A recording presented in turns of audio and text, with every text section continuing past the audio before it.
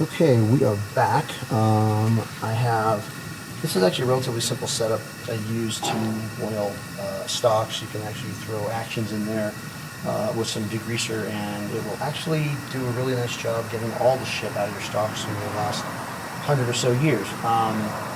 The most expensive, it wasn't cheap, unfortunately. The Yukon, I think, cost me about $150. The tank I had custom made for $150. You can find them online. You can always email me and I can find you something that, of course, your hookup for your propane. The nice thing with this is that it boils all the crap out of your stock. It gets all the impurities out, all the oil, all the cosmoline, and leaves you with a fresh palette so that you can go and do your magic. So we're going to be doing actually several stocks today. These will be for successive projects. This one has already been done. This is a 8805-35 Cavalry 88 rifle stock. It just needs another. This thing was filthy, so it needs another one. You can see some of the slightly dark areas where some cosmoline is still leaking out and stuff, or leaching out. So we're going to boil that one. Just give it one more try. The next one we have is an 1891 Argentine Cavalry carbine. I need to get the finish off of this so I can do the restore on it, but also I'm going to show you guys how to fix this missing toe. It had a toe, but it was very poorly done, so we're going to clean all this up, and I'll show you how to put a brand new toe on it and then shape it to match. And then finally, we have our buddy here, the 1891 Italian Carcano. English, for some reason, just doesn't work today. So I'm going to start with the handguard. The handguards are not... you don't want to leave these in too long. They're fairly flimsy. They will crack. They will start to fall apart. So you maybe only put it in for a couple of minutes. This one's really not that bad. There's no arsenal marks on these. They typically just kind of made them fit the rifle, and that was it. They didn't mark them like the Japanese or the Germans. So you just basically drop it in for a couple minutes. Same thing with this. Again, you can see the numbers there, and you can see the arsenal stand, but we're going to try to get all of these dents. This rifle looks like it was used as a doorstop. So we're going to try to get all those dents out and get this thing back to how it looked 100 years ago. Actually 104 years ago.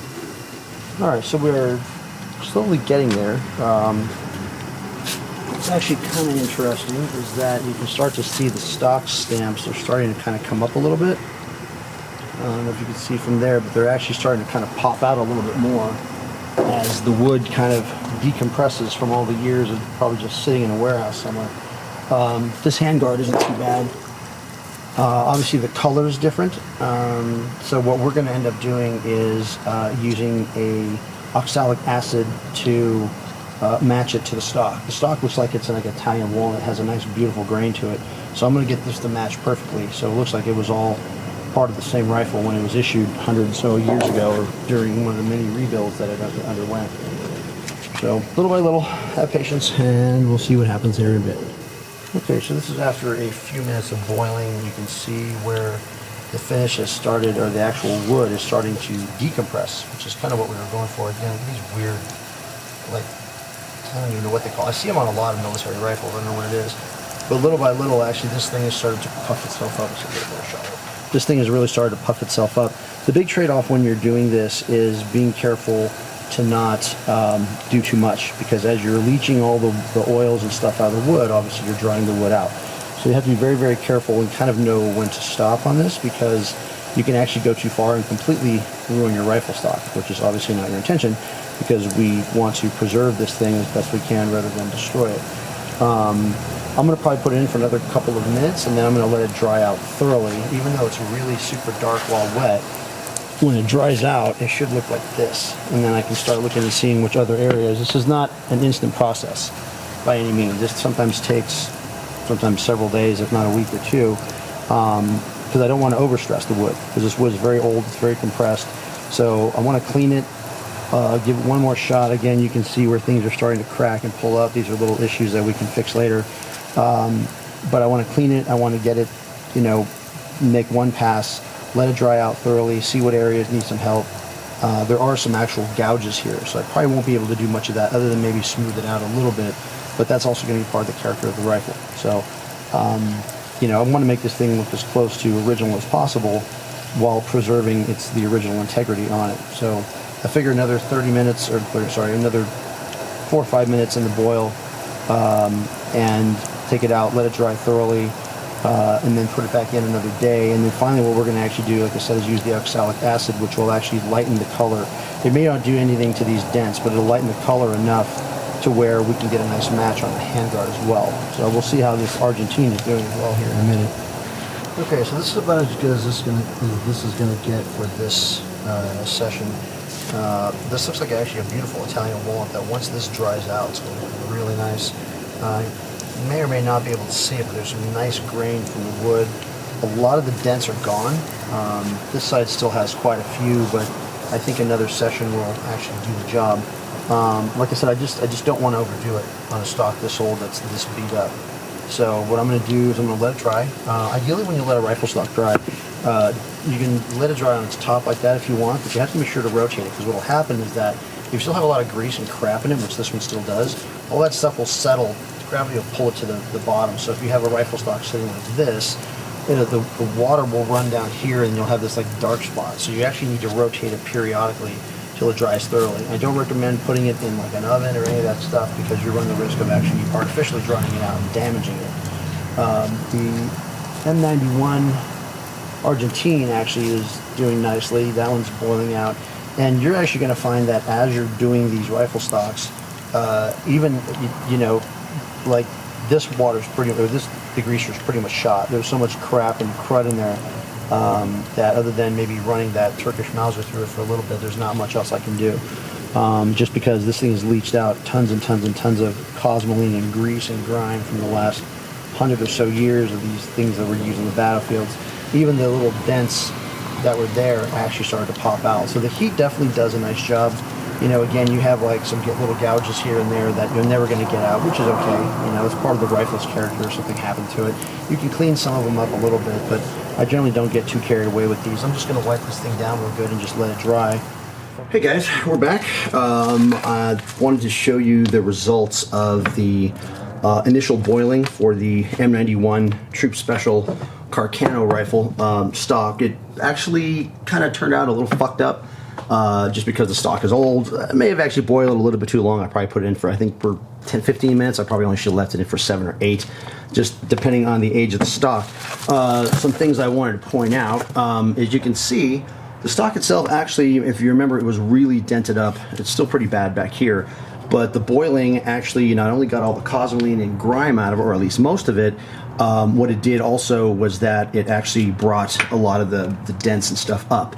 So we'll have a much easier time filling this stuff in and making this thing look whole and complete. Quite a few areas I need to address. Back here, still nothing terrible. Numbers came up a tiny little bit. You can still see the Arsenal stamp. I know a lot of people say if you boil stocks, it'll destroy the Arsenal stamp. Not always true. Not saying always true, but not always true. And there's some cracks and whatnot that we can fill, things like that. Now, the biggest issues that we are going to have is in the front. Let me see if I can show you this. Let me adjust my light. So if you can see right in there, there's actually a crack running from there to there. So I'm going to actually need to repair that. This whole piece where the side mount of the sling mount, the side sling mount, whatever you call it, has actually broken out. I do have the pieces. They're mostly junk. I'm not even going to bother to try to glue those back together. They're soaked in oil, so I'm actually going to rebuild this whole part. There's also some cracking there. So basically what the remedy is going to be is I'm going to actually epoxy this together. It warped a tiny little bit, so you can actually see, I don't know if you can see the crack, but if I flex it back together, it'll close it.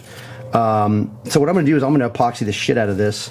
I'm going to try to bring up some of this mess over here to smooth it out.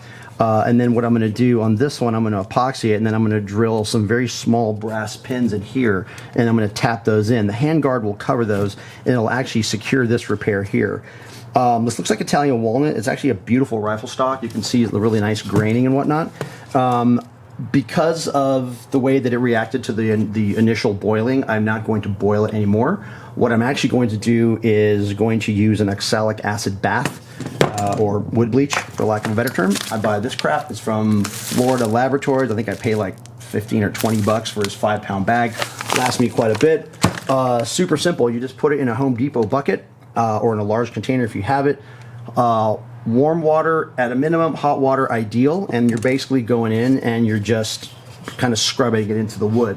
So this is actually the wood before I do the oxalic acid treatment. When we come back, I'm going to actually treat it, get as much crap out of this as possible out of it.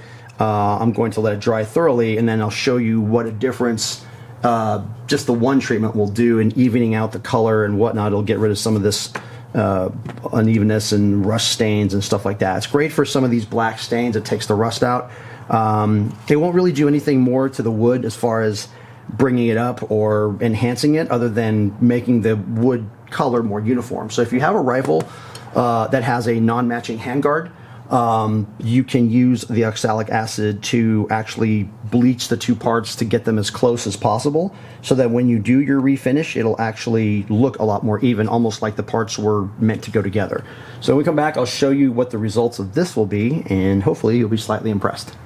Here is the Carcano stock after the one bleaching. I scrubbed the shit out of it. Like I said, it's not going to really do anything to the wood as far as bringing anything up in terms of the dents and dings. You can still see that they're there, but you can also see that it's starting to get nice and light. Once this thing is completely dry, I'll bring it back and show it to you, and you'll see just how even the color is. And the whole idea is to match this handguard.